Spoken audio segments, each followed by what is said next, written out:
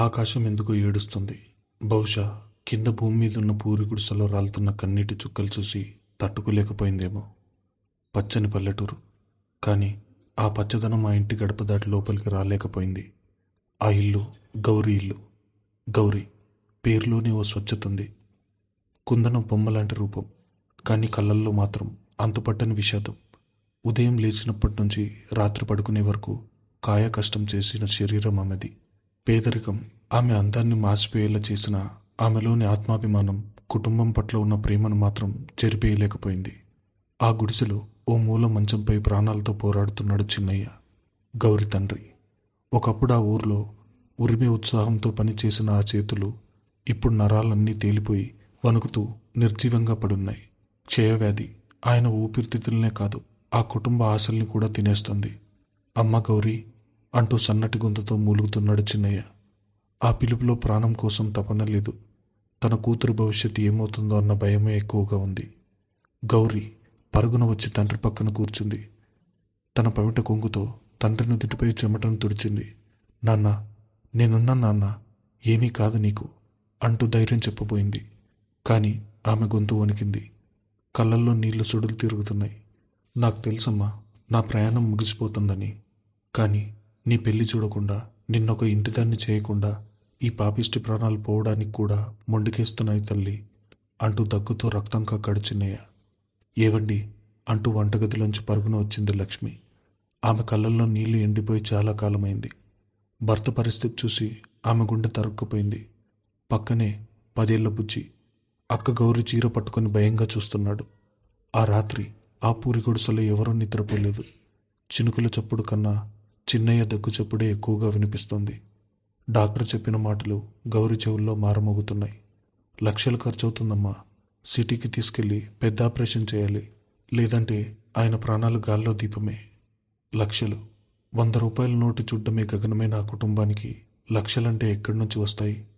ఊర్లో ఇప్పటికే అప్పులు చేసిన వాళ్ళు ఇంటి ముందు నిలబడి బూతులు తిడుతున్నారు. ఆస్తులు లేవు, అమ్ముకోవడానికి సొమ్ములు లేవు. ఉన్నదల్లా గౌరి ప్రాణం మాత్రమే. తండ్రిని బతికించుకోవడానికి, తన ప్రాణం ఇవ్వడానికైనా ఆమె సిద్ధం. కానీ ప్రాణాలు తీసుకునే వాళ్ళు ఉన్నారేమో, కానీ ప్రాణాలిచ్చి డబ్బులు ఇచ్చేవాళ్ళు ఈ లోకంలో ఎక్కడుంటారు? మరుసటి రోజు ఉదయం సూర్యుడు తన కిరణాలు భూమి మీదకు పంపుతున్నాడు. కానీ గౌరీ ఇంట్లో మాత్రం ఇంకా చీకటి అలుముకొనే ఉంది. ఏ చిన్నయ్య, ఇంకెన్నాళ్ళు రా ఈ నాటకాలు అంటూ ఇంటి ముందు అప్పలవాడు గొంతు చించుకుంటున్నాడు. గౌరి బయటకొచ్చింది. చేతులు కట్టుకొని తలదించుకొని నిలబడింది.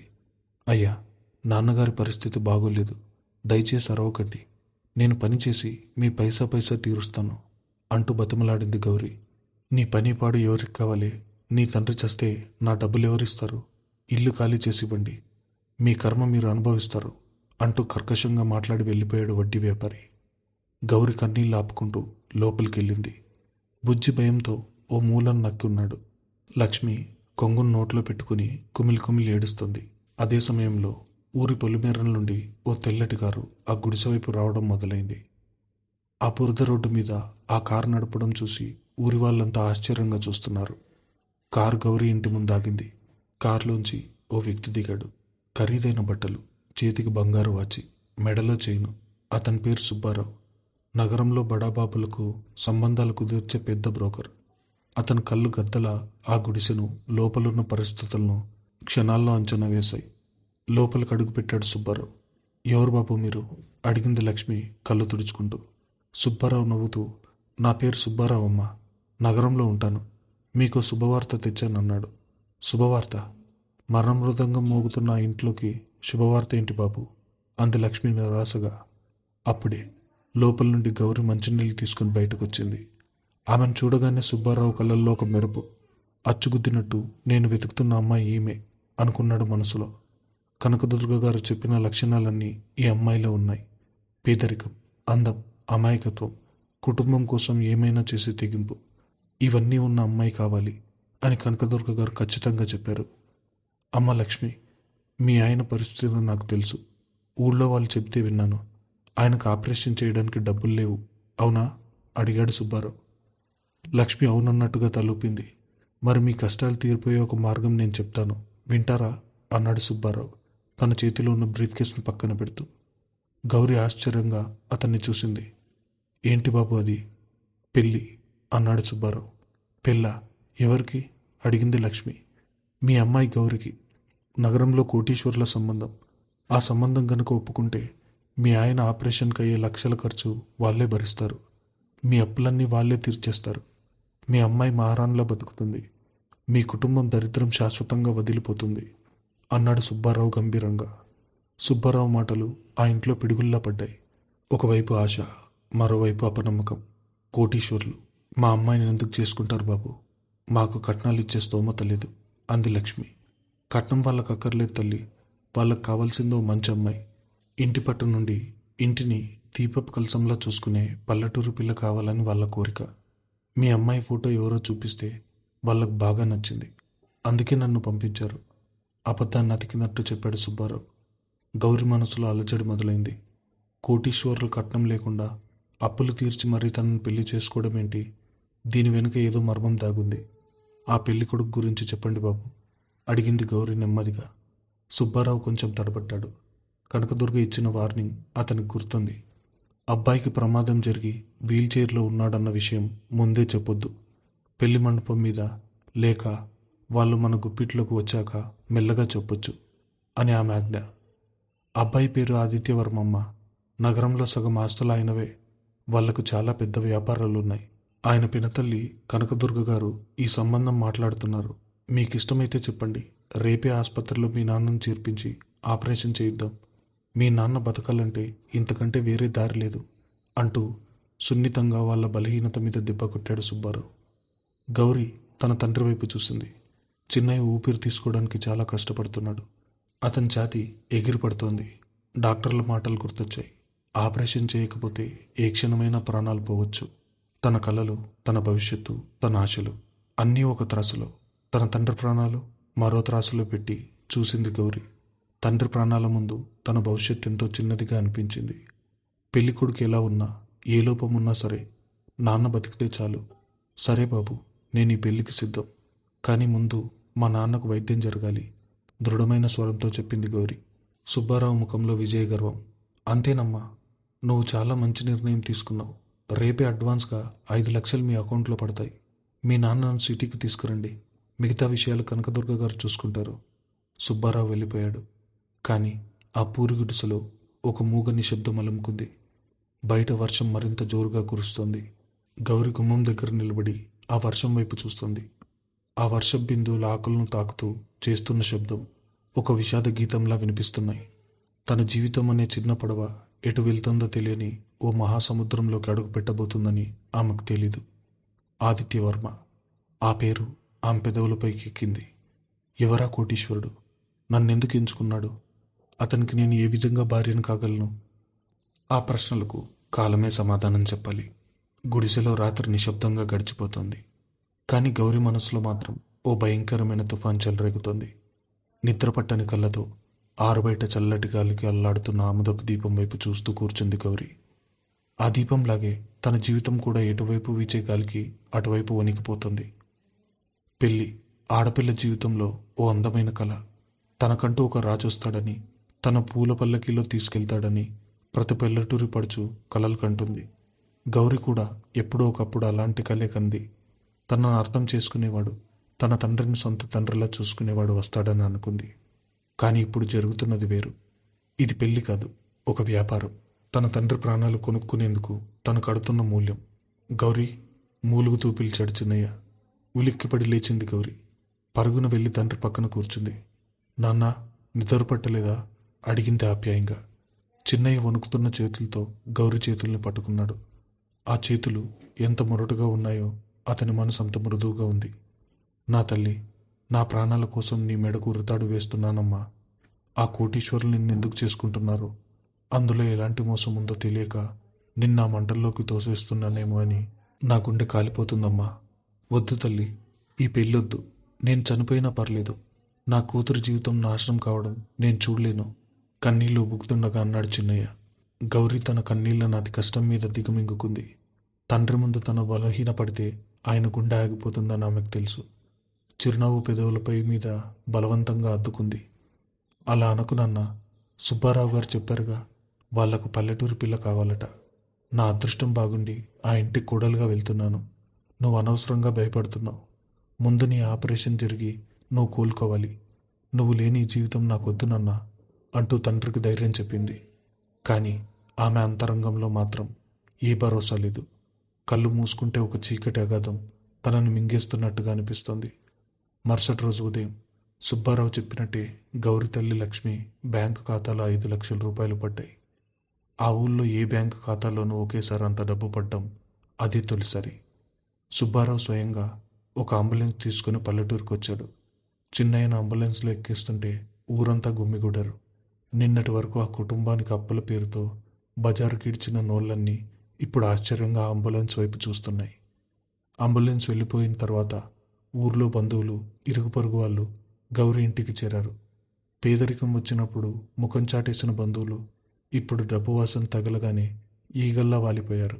గౌరి మేనత్త మంగమ్మ తన చేతిలో ఉన్న తమలపాకులు నమలుతూ ఎగతాళిగా నవ్వింది.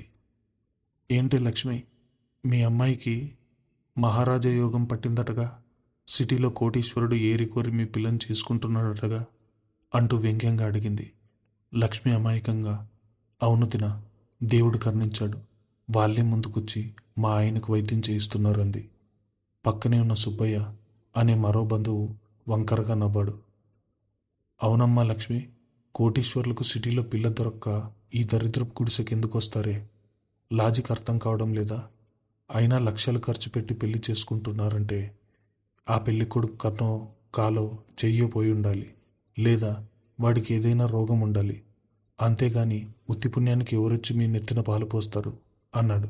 అదే కదా సుబ్బయ్య బావా, అందుకుంది మంగమ్మ. కొందరు సిటీ బాబులు ఆస్తి కోసం పెళ్ళిళ్ళు చేసుకుని వయసు మీద పడ్డాక ఊర్లలో దిక్కులేని పిల్లల్ని చూసుకుని ఉంపుడుగత్తగా తీసుకెళ్తుంటారు. దానికి పెళ్ళి అని పేరు పెడతారు. మీ అమ్మాయి అందంగా ఉంటుంది కదా, ఏ ముసలాడో చూసి మోజుపడుంటాడు.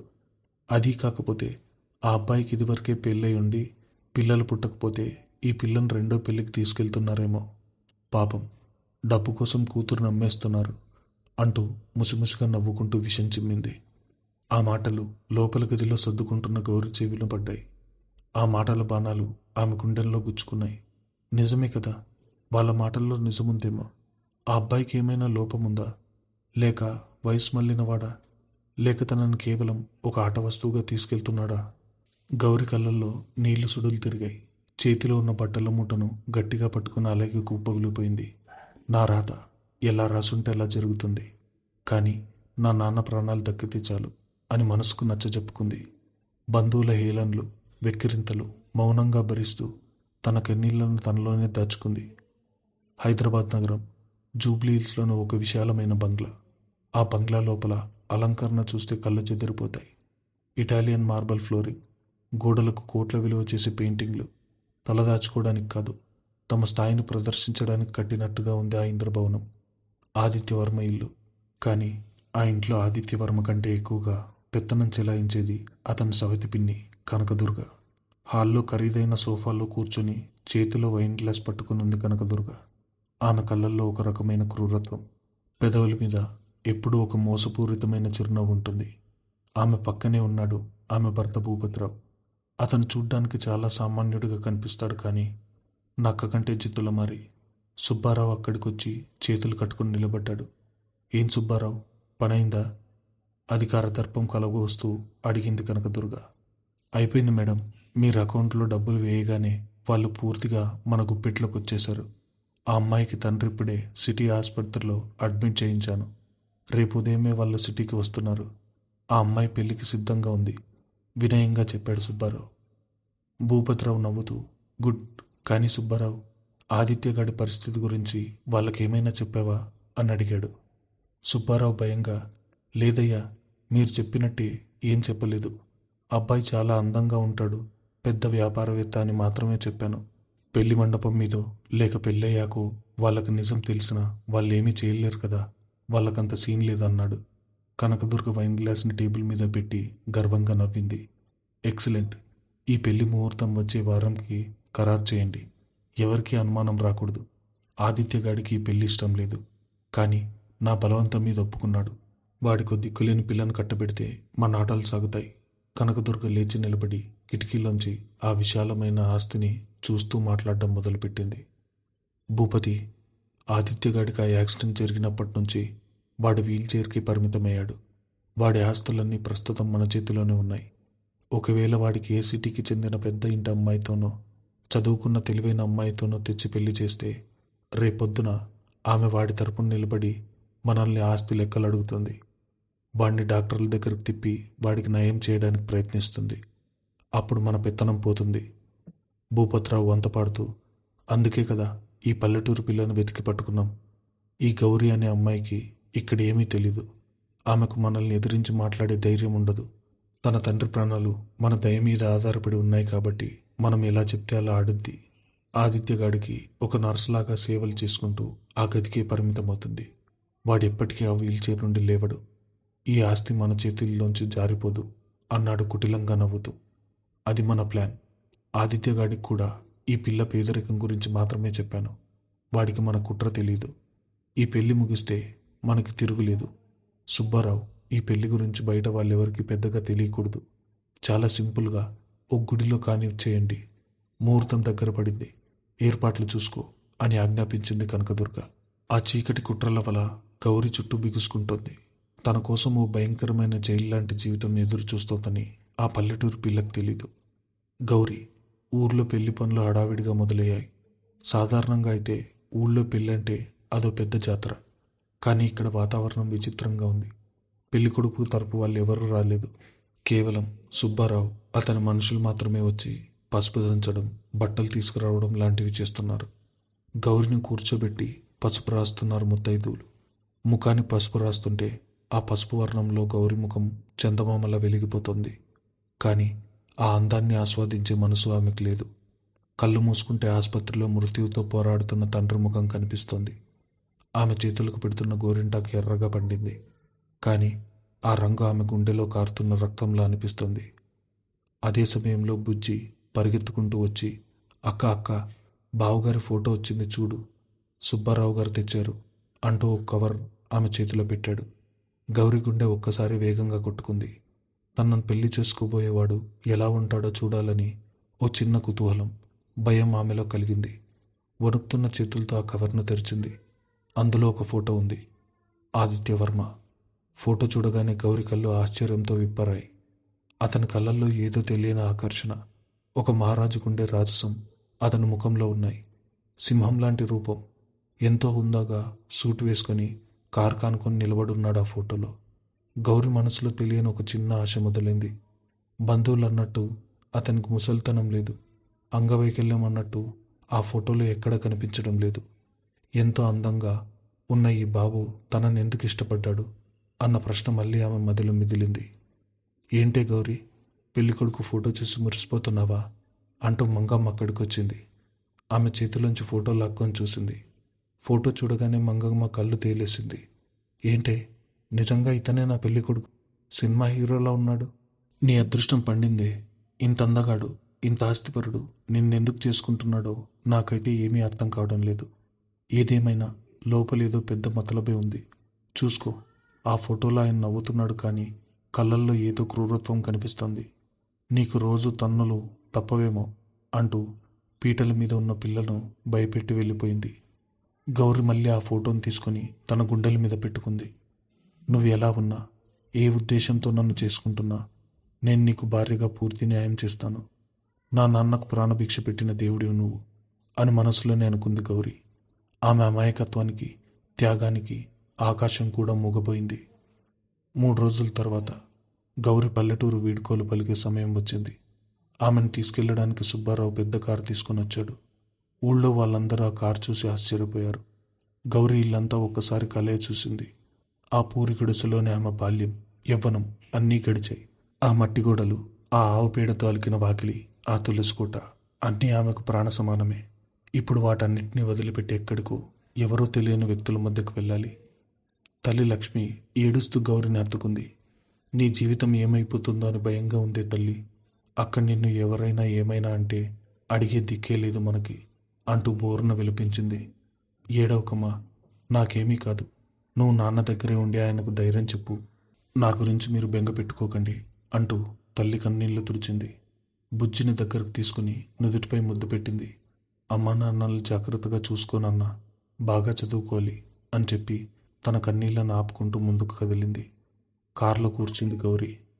కారు చక్రాలు ముందుకు కదులుతుంటే ఆమె గుండె వెనక్కి లాగుతున్నట్టు అనిపించింది. కారు అద్దంలోంచి తన ఇల్లు, తన ఊరు క్రమంగా వెనక్కి వెళ్ళిపోతుంటే చూస్తూ చేతిలో ఉన్న పసుపు కుంకుమలను ముడుపుగా గట్టిగా పట్టుకుంది. కార్ సిటీ వైపు దూసుకుపోతుంది. బయట ప్రకృతి మారిపోతుంది. పచ్చని పొలాలు పోయి కాంక్రీట్ జంగిల్ మొదలవుతుంది. సిటీ వాతావరణం, ఆ పెద్ద భవనాలు, రోడ్ల మీద హడావిడి గౌరికి భయం కలిగిస్తున్నాయి. సుబ్బారావు గారు, పెళ్లి ముహూర్తం రేపే కదా, ఏర్పాట్లన్నీ అయిపోయాయా?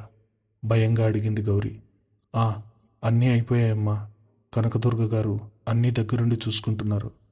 రేపు ఉదయం 9 గంటలకు గుడిలో ముహూర్తం. అక్కడే ఆదిత్యబాబు వస్తారు. అక్కడే మీ పెళ్ళి అన్నాడు సుబ్బారావు డ్రైవింగ్ సీట్ పక్కన కూర్చుని. ఆయన్నొక్కసారి కూడా నేను కలవలేదు, మాట కూడా మాట్లాడలేదు. కనీసం పెళ్లికి ముందు ఒక్కసారి ఆయనతో మాట్లాడొచ్చా? ఆశగా అడిగింది గౌరీ. సుబ్బారావు నవ్వి, బాబుగారు చాలా బిజీ అమ్మా. అయినా పెద్దవాళ్ళ పెళ్ళిళ్ళు ఇలాగే ఉంటాయి. పెళ్లి మండపం మీదే కలయిక, అన్నీ అక్కడ చూసుకుందువులే, ఇక పడుకో అని మాట దాటేశాడు. కారు కనకదుర్గ ఏర్పాటు చేసిన ఒక గెస్ట్ హౌస్కి చేరుకుంది. ఆ రాత్రి గౌరీ ఒంటరిగా ఆ పెద్ద గదిలో నిద్ర పట్టలేదు. రేపు తన మెడలో పడబోయే 3 ముళ్ళు తన జీవితాన్ని ఎటు తీసుకెళ్తున్నాయో అన్న భయం. ఆదిత్యవర్మ నిజంగా ఎలా ఉంటాడు? కనకదుర్గ అని ఆవిడ ఎలా ఆరాధిస్తుంది? ఈ ప్రశ్నల సుడిగుండంలో కొట్టుమిట్టాడుతూనే తెల్లవారుజామునెప్పుడో కునుకు తీసింది గౌరీ. కానీ ఆమెకు తెలియని నిజం ఏంటంటే, రేపు ఉదయం పెళ్లి మండపం మీద ఆమె చూడబోయే ఆదిత్యవర్మ, తాను కవర్లో చూసిన ఆదిత్యవర్మ ఒకరు కాదు. విధి ఆమె కోసం ఒక పెద్ద షాక్ని సిద్ధం చేసి ఉంచింది. ఆకాశం ఎర్రబడుతోంది. సూర్యుడు తన లేత కిరణాలతో భూమిని తాకుతున్న వేళ నగర శివారుల్లో ఉన్న పురాతనమైన విశాలమైన గుడి ప్రాంగణమంతా సందడిగా మారింది. ఎటు చూసినా పచ్చని మామిడి తోరణాలు, బంతిపూల అలంకరణ, సువాసన వెచుదల్లుతున్న అగరబత్తీలు. ఆ వాతావరణమంతా ఓ పవిత్రమైన బంధానికి సాక్ష్యంగా నిలబడబోతున్నామన్నంత గంభీరంగా ఉంది. మంగళ వాయిద్యాల హోరు గుడి గోడలను తాకి మారుమోగుతోంది. గెస్ట్ హౌస్లోని ఒక గదిలో అద్దం ముందు నిలబడింది గౌరీ. పట్టుచీర, నుదుటిన పెద్ద కుంకుమ బొట్టు, మెడలో నగలు, చేతులకు నిండుగా గాజులు, జడలో కనకాంబరాలు. అలనాటి రాతి శిల్పాలకు ప్రాణం పోస్తే ఎలా ఉంటుందో అలా ఉంది గౌరీ. కానీ ఆ అద్దంలో ఆమెకు తన అందం కనిపించడం లేదు. తన భవిష్యత్తు అంధకారంగా కనిపిస్తుంది. ఆమె కళ్ళల్లో నీటి పొర. ఆ నీటిలో ఆసుపత్రి బెడ్ మీదున్న తన తండ్రి ప్రతిబింబం. తండ్రికి ఆపరేషన్ మొదలైంది అన్న వార్త సుబ్బారావు ద్వారా తెలిసింది. అది ఒక్కటే ఆమెకు సంతోషాన్నిచ్చే విషయం. ఆ సంతోషం కోసం ఆమె తన జీవితాన్ని బలిపీఠం ఎక్కించడానికి సిద్ధపడింది. ఏంటే గౌరీ, అలా నిలబడిపోయావు? పద పద, ముహూర్తానికి సమయం మించిపోతుంది అంటూ కనకదుర్గ పంపిన పని మనిషి తొందర పెట్టింది. గౌరీ ఒక దీర్ఘ నిట్టూర్పు విడిచింది. నడుస్తుంటే ఆమె కాళ్లకు వేసిన పారాని నేలకంటుకుంటోంది. కానీ అడుగులు ఎంతో బరువుగా ఉన్నాయి. ప్రతి అడుగు ఆమెను ఒక అదృశ్య జైలు వైపు తీసుకెళ్తున్నట్టుగా అనిపిస్తుంది. గుడి ప్రాంగణంలోకి అడుగుపెట్టగానే బంధువుల కోలాహలం ఆమె చెవిన పడింది. అందరూ ఖరీదైన బట్టల్లో, నగల ప్రదర్శనతో ఉన్నారు. ఆమె పల్లెటూరు బంధువులు ఎవరూ అక్కడ లేరు. కేవలం ఆదిత్యవర్మ వైపు వాళ్ళు మాత్రమే ఉన్నారు. వాళ్ళ నవ్వుల వెనుక ఎక్కడో ఒక వెక్కిరింత, ఒక జాలి కలగలిపి ఉన్నట్టుగా గౌరికి అనిపించింది. చూడు చూడు, భూపతి గారు వాళ్ళ ఇంటికి ఎలాంటి కోడలు తెస్తున్నారో. పాపం ఆదిత్య గాడికి ఇలాంటి గతి పడుతుందని ఎవరూ అనుకోలేదు అని ఒక బంధువు గుసగుసలాడటం గౌరి చెవిన పడింది. ఏ గతి? ఎవరికి? గౌరి మనసులో ప్రశ్నలు ఉప్పెనలా రేగాయి. ఆదిత్యవర్మకేమైంది? ఆమె గుండె వేగంగా కొట్టుకోవడం మొదలైంది. గుడిలోని కళ్యాణ మండపం అద్భుతంగా అలంకరించింది. పండితుల వేద మంత్రోచ్చారణ గాల్లో పవిత్రతను నింపుతున్నాయి. మండపం మీద ఒకవైపు కనకదుర్గ, భూపతిరావు ముఖాల్లో ఓ తెలియని రాక్షసానందం తాండవిస్తుంది. వాళ్ళు పన్నిన వల ముగుస్తున్న క్షణాలవి. గౌరీని నెమ్మదిగా మండపం వైపు తీసుకొస్తున్నారు. తలదించుకుని సిగ్గుతో కాదు, భయంతో వణికిపోతూ నడుస్తోంది గౌరీ. ఆమె దృష్టి నేల మీద ఉంది. మండపం మెట్లెక్కుతుంటే ఆమె కాళ్ళు తడబడ్డాయి. అప్పటికే వరుడు ఆదిత్యవర్మ మండపం మీద కూర్చొనున్నాడు.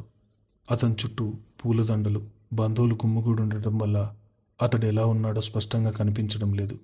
కనకదుర్గ చాలా జాగ్రత్త పడింది. ఆదిత్య వీల్చైర్లో ఉన్నాడని, పెళ్లి కూతురికి ముందే తెలిస్తే ఎక్కడ గొడవ చేస్తుందో అని. అతన్ని ఓ పెద్ద సింహాసనం లాంటి కుర్చీ మీద కూర్చోబెట్టింది. ఆ కుర్చీ చుట్టూ పూల అలంకరణలు చేసి ఎవరికీ అనుమానం రాకుండా సెట్ చేసింది. గౌరీని తీసుకెళ్లి ఆదిత్య పక్కన కూర్చోబెట్టారు. ఆ క్షణం గౌరీకి పక్క నుండి ఓ సువాసన, ఖరీదైన పర్ఫ్యూమ్ వాసన తగిలింది. కానీ ఆ వాసనతో పాటు ఒక రకమైన మౌనపు గాయం కూడా అక్కడున్నట్టు ఆమె మనసుకు అనిపించింది. పక్కనున్న మనిషిలో ఎటువంటి కదలిక లేదు. ఒక రాయిలా నిర్జీవంగా కూర్చున్నాడు. పెళ్లి కూతురు, పెళ్లి కొడుకు ఒకరినొకరు చూసుకోండి, పంతులు గారు చెప్పారు. గౌరి భయపడుతూనే నెమ్మదిగా తలెత్తి తన పక్కనున్న ఆదిత్యవర్మ ముఖంలో వైపు చూసింది. ఒక్కసారి ఆమె గుండె ఆగినంత పనైంది. ఆ ముఖం ఆమె ఫోటోలో చూసిన ముఖమే. ఎంతో అందంగా ఉన్నాడు. సింహం లాంటి రాజసం ఉంది.